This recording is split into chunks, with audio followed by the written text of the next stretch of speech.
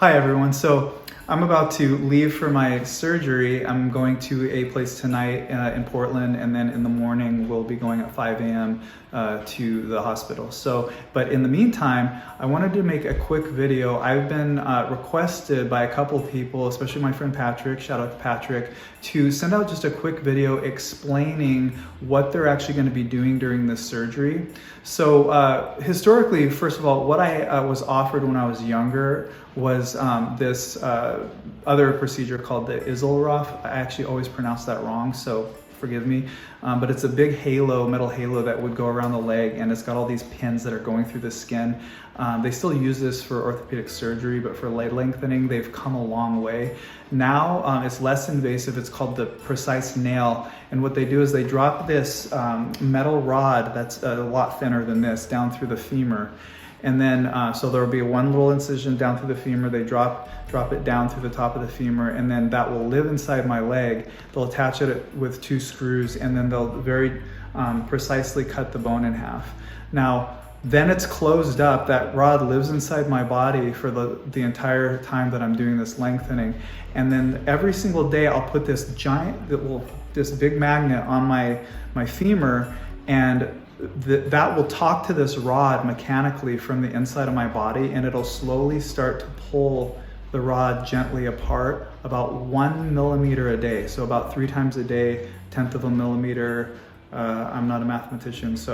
And then as that rod moves apart, the bone will move apart, and then my body will actually fill that space with its own tissue, with cells and a matrix of bone that will slowly solidify over time. So if you stay in that Goldilocks zone, you can keep stretching that soft bone until eventually you get to what my goal is, which is, I'm hoping to get at least halfway there. I have a 4-inch leg length discrepancy. The most you can get is 3 inches in one go. So I'll need 2 of these no matter what if I want to go to full length.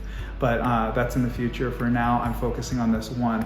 So my subtle goal will be 2 inches. If I get there, that would be great. If I can get to 3, that's amazing.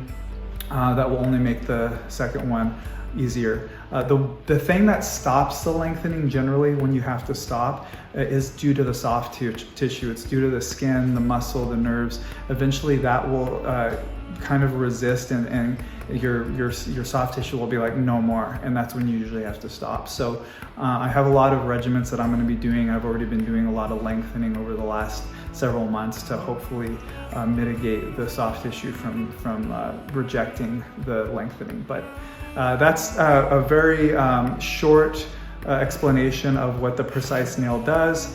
And if you want more information, I highly recommend you go to the YouTube video person, subscribe to the guy who posts these videos. His name's Cyborg for Life. He's got a ton of videos, a ton of content, all on this particular procedure for both people who are doing high augmentation on both their legs, or people like myself. I think he even had a leg length discrepancy that he corrected as well. So he would be a great resource if you want more detailed information on this.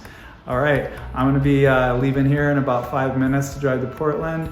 This is my last video for a while until after my surgery, whenever I feel good enough to do one. So we'll be seeing you soon, and thank you for watching. Please subscribe, like, all of those things, and I appreciate any comments. Keep it positive if you can. Thanks, bye.